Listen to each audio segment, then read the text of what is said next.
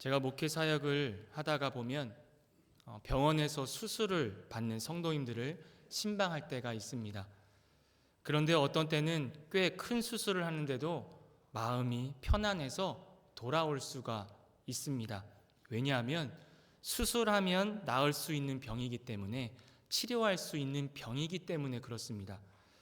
이런 경우에는 마음이 무겁지 않았고 걱정은 되지만 불안하지는 않았습니다. 치료할 수 있는 병은 문제가 되지 않습니다.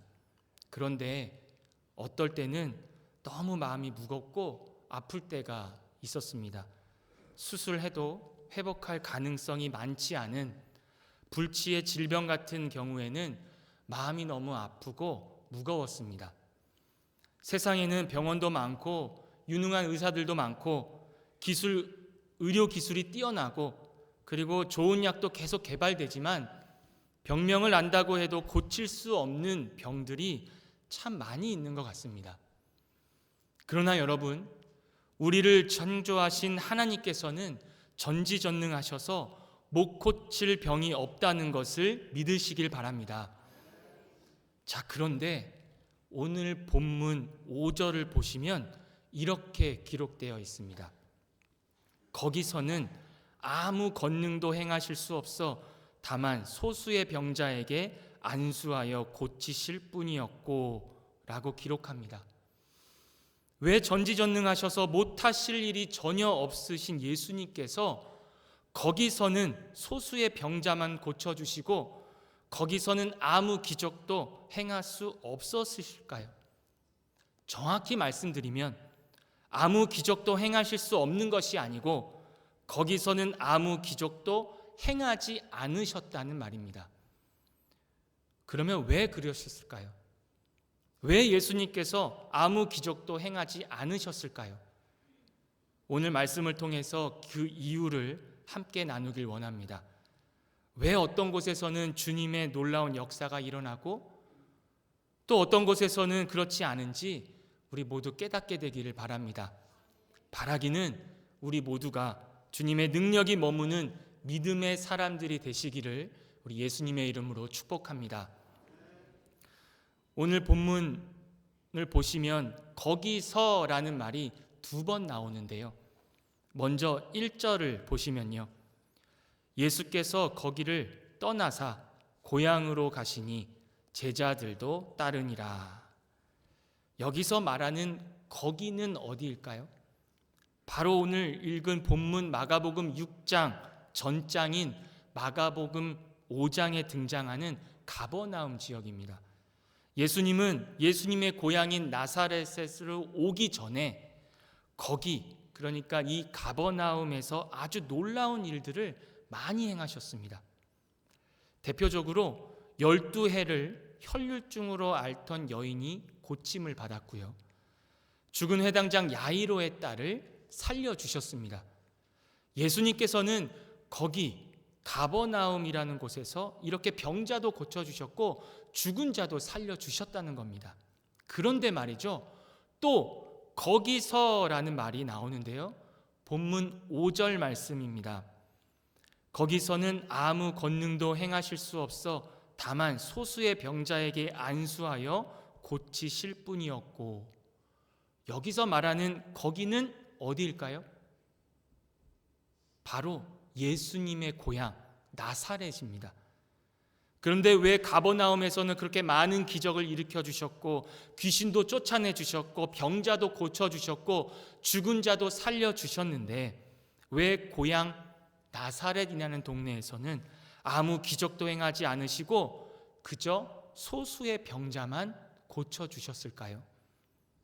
전지전능하신 예수님께서 왜 고향 땅 아무런 기적을 행하실 수 없었을까요? 오히려 고향 땅이면 내 가족, 내 친척, 이웃 사람들이 지내고 있으니까 더 고쳐주고 더 잘해주고 싶었을 텐데 왜 그러지 않으셨을까요? 왜 가버나움에서는 많은 기적을 행하시고 고향 땅에서는 아무런 기적을 행하지 않으셨을까요? 그 답이 오늘 본문 6절에 나옵니다. 우리 6절을 함께 읽어보도록 하겠습니다. 그들이 믿지 않음을 이상히 여기셨더라. 이에 모든 촌에 두루 다니시며 가르치시더라. 아멘. 그렇습니다. 믿지 않았기 때문이랍니다. 믿지 않았기 때문에 거기서는 아무런 기적도 행하지 않으신 것입니다. 그런데 여러분, 오늘 6절 상반절 말씀을 좀 더 보시면 그들이 믿지 않음을 이상히 여기셨더라. 여기서 중요한 것은 믿지 못했다가 아니라 믿지 않았다라는 것입니다. 믿을 수 없어서 못 믿는 것이 아니라 믿을 수 있었는데도 믿지 않았다라는 겁니다. 이건 아주 중요한 문제인데요. 제가 중학생 딸이 있어서 공부를 좀 이렇게 같이 도와주고 함께 봐줄 때가 있었습니다. 그때 이런 생각이 들었습니다. 학생들 중에는 공부를 못하기 때문에 못하는 학생이 있고 공부를 안 하기 때문에 못하는 학생이 있습니다. 못하기 때문에 못하는 것은 어쩔 수가 없는 것 같습니다. 그건 타고난 것이죠. 그러나 머리는 좋은데 안 하는 학생들, 그 학생들은 책임을 추궁할 필요가 있죠. 우리도 마찬가지인 것 같습니다. 믿을 수 없어서 못 믿는 것하고 믿을 수 있는데도 안 믿는 것하고는 엄청난 차이가 난 겁니다. 오늘 우리가 읽은 본문에 등장하는 사람들에게는 충분히 믿을 수 있었습니다. 그들은 첫째로 예수님의 설교를 들었습니다. 예수님께서 행하신 기적들도 다 보았습니다. 믿으려고 마음만 먹으면 충분히 믿을 수 있었습니다. 그런데 그들이 어떻게 했다고요? 믿지 않았습니다. 여러분은 가장 큰 죄가 무엇이라고 생각하십니까? 죄 가운데서도 가장 큰 죄는 믿지 않는 것입니다. 아마 여러분 중에는 믿지 않는 것이 죄라고 생각하지 않는 분들이 계실 수도 있을 겁니다. 도둑질하는 것이 죄고 사람 죽이는 것이 죄지 어떻게 믿지 않는 것이 죄겠어? 라고 하실 수 있는 분도 계실 겁니다. 그러나 믿지 않는 것이 가장 큰 죄라고 성경은 이야기합니다. 신약 성경 요한복음 16장 9절에 이렇게 기록합니다. 죄에 대하여야 함은 그들이 나를 믿지 아니함이요. 예수님을 믿지 않는 것이 죄라는 것입니다. 왜 믿지 않는 것이 가장 큰 죄일까요? 어떤 죄라도 예수님을 믿고 회개하면 용서받을 수 있지만 아무리 작은 죄라도 예수님을 믿지 않으면 용서받을 길이 그 자체가 열려지지 않기 때문입니다. 그래서 믿지 않는 것이 가장 큰 문제입니다. 그러므로 여러분, 성경을 자세히 읽어보십시오. 예수님은요, 이 세상에 계실 때에 죄인들을 책망하신 적이 별로 없으십니다. 왜냐하면 예수님은 죄인들을 심판하러 오신 것이 아니라 구원하러 오셨기 때문입니다. 그래서 사방에 죄인들이 있는 것을 아셨지만 적어도 그들의 죄 때문에 그들을 나무라신 적이 없으십니다. 뿐만 아니라 예수님은 의인들이 아닌 바로 죄인들을 위해서 어디에서 돌아가셨습니까? 십자가에서 돌아가셨지요. 그러므로 죄인들을 책망하거나 정죄하신 적이 없으십니다. 오히려 불쌍히 여기셨고 긍휼히 여기셔서 내가 너를 정죄하지 아니하겠노라 라고 말씀하셨지요. 그런데 말이죠, 사람의 믿음 없는 것을 보셨을 때는요, 가차없이 나무라셨습니다. 대표적으로 요한복음 20장 27절 말씀에 보시면 도마에게 이르시되 내 손가락을 이리 내밀어서 내 손을 보고 네 손을 내밀어 내 옆구리에 넣어보라. 그리하여 믿음 없는 자가 되지 말고 믿는 자가 되라 라고 말씀하셨고요. 마가복음 4장 40절에 보시면 이에 제자들에게 이르시되 어찌하여 이렇게 무서워하느냐? 너희가 어찌 믿음이 없느냐? 라고 예수님께서 나무라셨죠. 여러분, 명심하십시오. 살인죄도 강도짓을 한 죄도 예수님을 믿고 회개하면 용서받을 수 있는 것입니다. 그러나 믿지 않는 죄는 어떻게 해볼 도리가 없는 겁니다. 믿지 않으면 죄 용서를 받을 수가 없고요, 죄 용서를 받지 못하면 구원받고 천국에 들어갈 수 없는 것입니다. 우리가 지옥에 가는 것은 죄가 이만큼 커서가 아니라 믿음이 없기 때문입니다. 죄 때문에 지옥 가는 것이 아니라 예수님을 믿지 않기 때문이라는 것입니다. 하나님께서는요, 우리에게 은혜를 베푸실 때에도, 병을 고쳐주실 때에도 우리의 의로움을 보고 고쳐주시는 것이 아니라 우리의 믿음을 보고 은혜를 베풀어 주시고 기적을 베풀어 주시고 병도 고쳐주실 줄로 믿습니다. 성경을 보십시오. 가버나움 지역에서 예수님께서 12년 동안 혈류증으로 고생하던 그 여인을 고쳐주시면서 하신 말씀이 있으십니다. 마가복음 5장 34절에 보시면 예수께서 이르시되 딸아, 네 믿음이 너를 구원하였으니 평안히 가라. 네 병에서 놓여 건강할지어다. 마태복음 8장 10절을 보시면 백부장의 하인을 고쳐주실 때도 예수님께서 이렇게 말씀하셨습니다. 이스라엘 중 아무에게서도 이만한 믿음을 보지 못하였노라. 네 믿음대로 되리라 하시면서 믿음대로 병을 고쳐주셨습니다. 믿으면요, 이렇게 놀라운 역사가 일어나는데 왜 말씀을 듣고도 권능을 보고도 왜 믿지 않았을까요? 왜 그들은 믿지 않았을까요? 그 상황을 이해하기 위해서 본문을 좀 더 깊이 생각해 보면 처음으로 돌아가서 다시 1절과 2절을 한번 보겠습니다. 예수께서 거기를 떠나사 고향으로 가시니 제자들도 따르니라. 안식일이 되어 회당에서 가르치시니 많은 사람이 듣고 놀라 이르되 이 사람이 어디서 이런 것을 얻었느냐? 이 사람이 받은 지혜와 그 손으로 이루어지는 이런 권능이 어찌 됨이냐? 예수님께서요, 고향에 가셔서 안식일 날 회당에서 가르쳐 주셨습니다. 그리고 고향 사람들이 회당에 와서 예수님의 가르침을 들었습니다. 고향의 많은 사람들이 예수님의 가르침을 듣고 이 사람이 어디서 이런 것을 얻었고 이런 지혜를 얻었고 또 그 손으로 이루어지는 이런 권능이 어찌 된 것이냐라고 놀랐습니다. 그런데 이 사람들이 믿지 않았다는 겁니다. 사람들이 회당에 나오지 않고 그래서 예수님의 말씀을 듣지 않은 사람들이 믿지 않은 것이 아니라 분명히 사람들은 회당에 나왔습니다. 그리고 말씀을 들었습니다. 말씀을 듣고 감동을 받고 놀랐습니다. 그런데 믿지 않았다는 겁니다. 그렇습니다. 오늘 우리는 교회에 나와서 예배드리고 목사님들의 설교를 듣습니다. 그러나 설교를 들으면서 모두 다 설교를 하나님의 말씀으로 듣고 다 믿는 것은 아니라는 것입니다. 하나님의 말씀을 믿으면 놀라운 역사가 일어나는데 그 말씀을 듣고도 믿지 않은 것입니다. 여러분은 설교를 하나님의 말씀으로 듣고 믿으십니까? 그렇다면 그들은 왜 듣고도 믿지 않았을까요?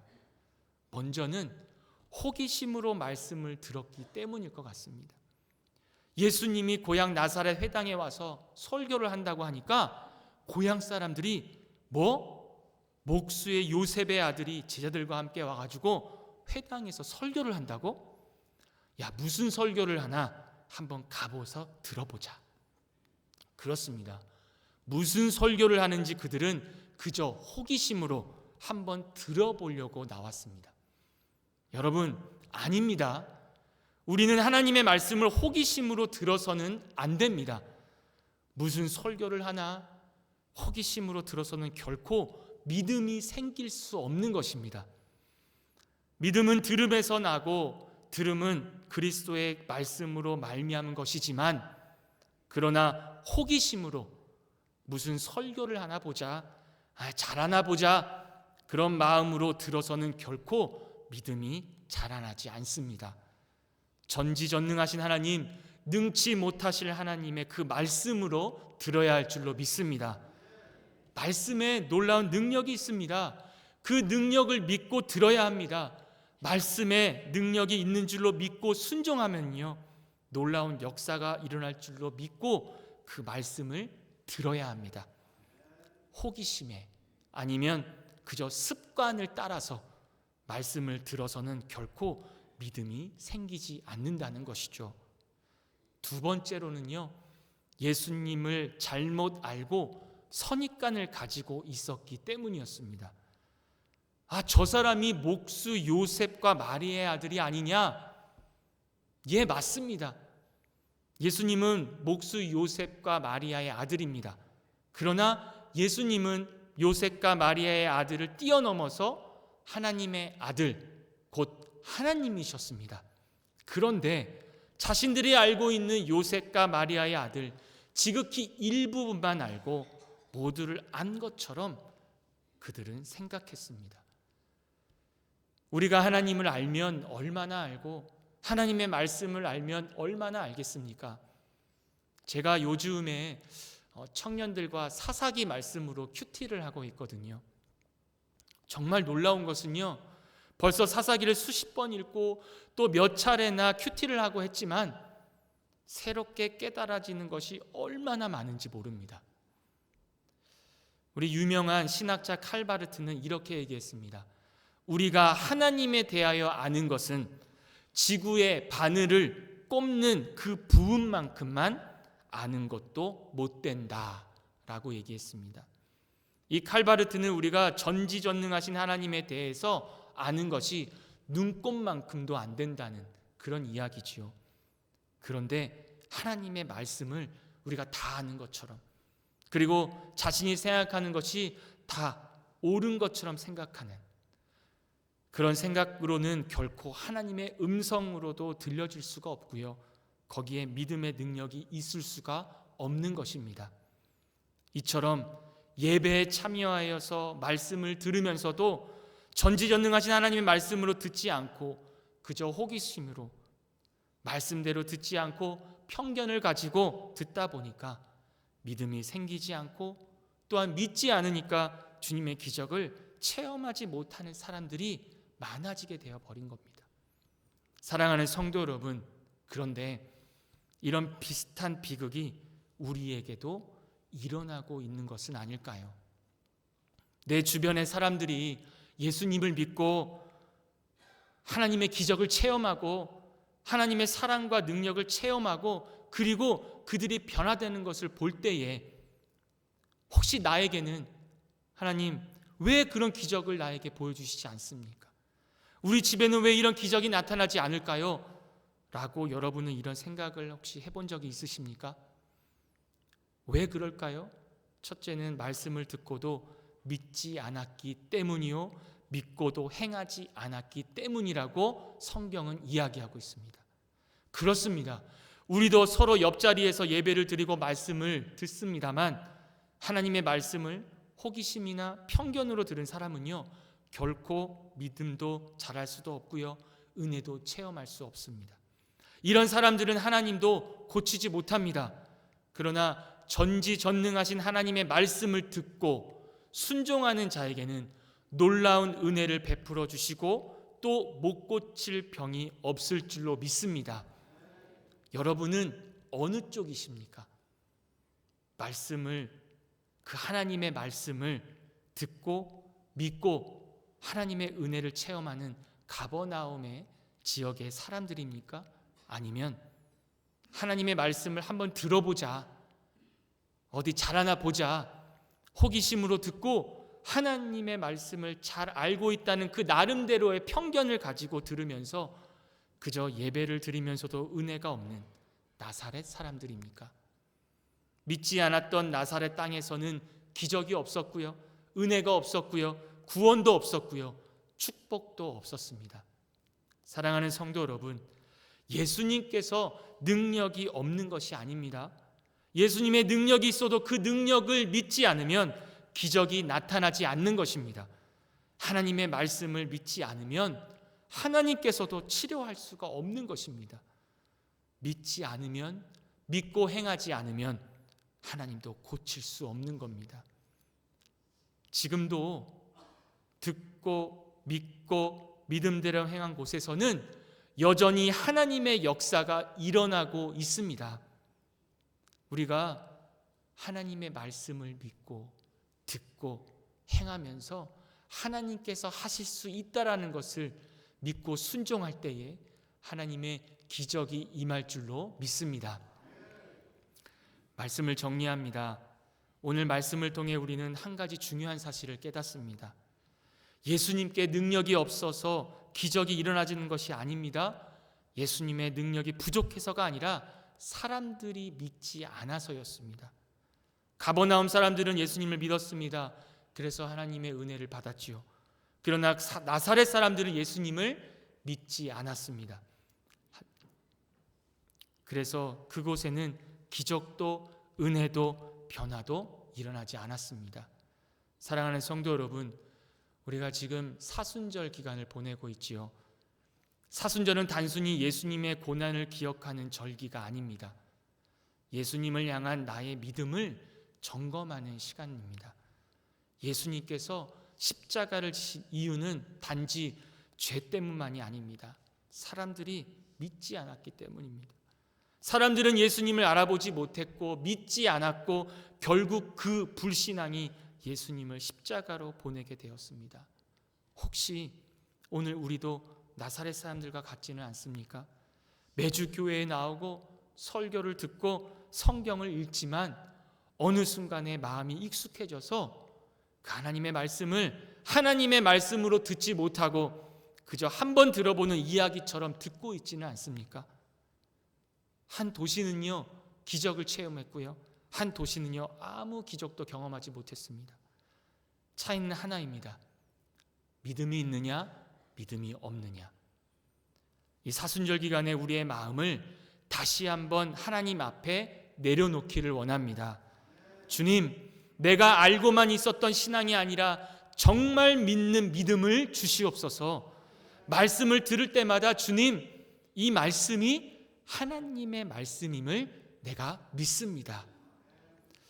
이제 믿지 않았던 나사렛 사람들이 아니라 믿음으로 주님의 능력을 경험했던 가버나움 사람들처럼 우리도 하나님의 말씀을 믿고 순종하고 하나님의 놀라운 은혜를 경험하는 우리 양문교회 성도님들과 제가 되기를 예수님의 이름으로 간절히 축복합니다.